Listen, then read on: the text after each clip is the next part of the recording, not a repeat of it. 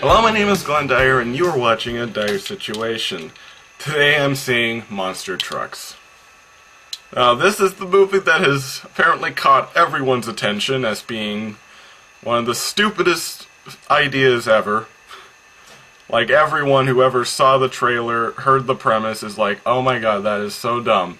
I am definitely watching that. So, I'm assuming this movie is going to be extremely successful in that run.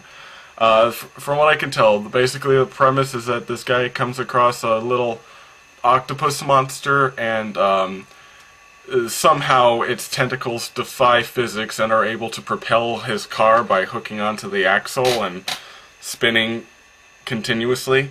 With tentacles, how does that work exactly? I don't know. And then he uses that to win races. It's a monster truck. Cool? And here's the thing. I don't think it will be that stupid. I mean, that sounds extremely stupid, but I think it'll mostly just be kind of boring.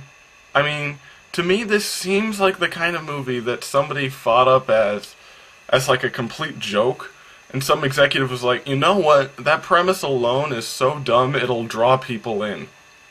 So, we don't need to put that much effort into it. That's just what I'm assuming from past experience. I don't think it's going to be that fun or that, oh my god, this is so stupid, everyone should watch it, that kind of thing. And I'm certainly not expecting it to be good. I'm expecting anything beyond the bare premise to be somewhat boring. So, let's get into it. And I'm back.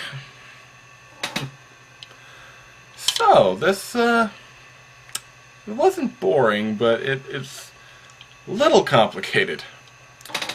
So, apparently the whole answer for how it can propel the truck is that it has, like, little magnetic things at the bottoms of its tentacles, and that somehow spins things.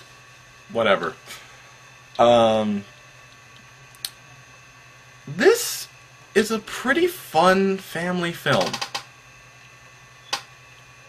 I mean that in every sense. It's got a cute octopus monster, and, you know, it's adorable.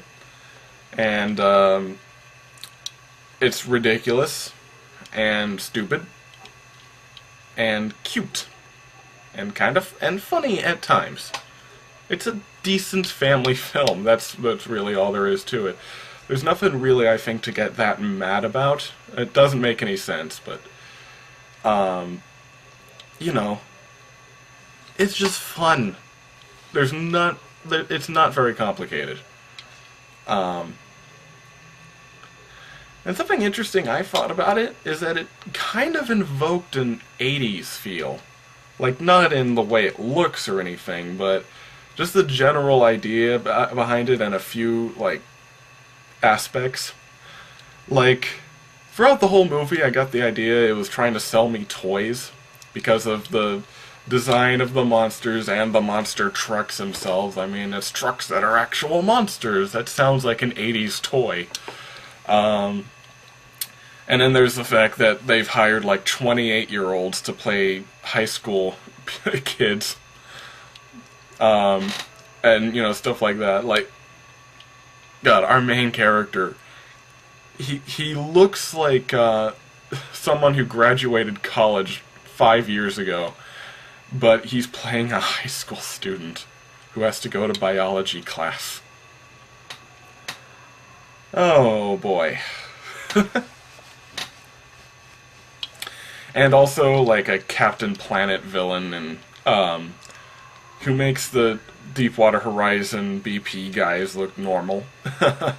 It's just like the very beginning of the movie, they're just drilling down to see if there's wildlife in down there, and there's like, oh, there's like, I'm seeing bioluminescence, that suggests life, and he's like, no, that's just our flashlights, no. And then they suck up some octopuses accidentally, and they're like, throw 'em away. Like, oh, we're evil oil guys. It's silly. That's the word to describe it. This is not something you're supposed to take seriously, for obvious reasons. It is a very, very dumb movie. Oh yeah, don't even get me started on like scientifically accurate or the fact that everybody in the movie is blind, like has some sort of selective blindness, as the monster is very, very clearly visible inside the truck, but nobody sees it. like the tire is about this level, and somebody will be looking right at it and not see the slimy tentacle moving around in there. It's ridiculous. I wouldn't say this is E.T. It has a similar kind of thing of like kid runs into a mythical creature and has to save it from the big bully and all that. But it's not that high a quality. I'd instead call it the Mac and Me of of our time, which is like, it's incredibly stupid. Doesn't have the major product placement aspect, and special effects are a little better, but still, this isn't exactly going down as a classic, you know.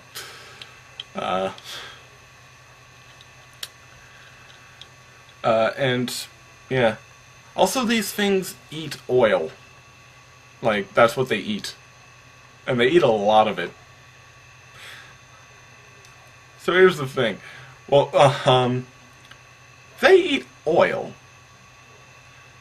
And oil is very much a limited resource. It's only created through, like, millions of years of compacting algae, if I'm right.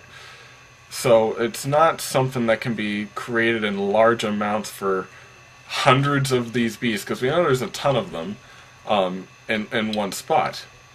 Like, that's impossible. So, here's the thing.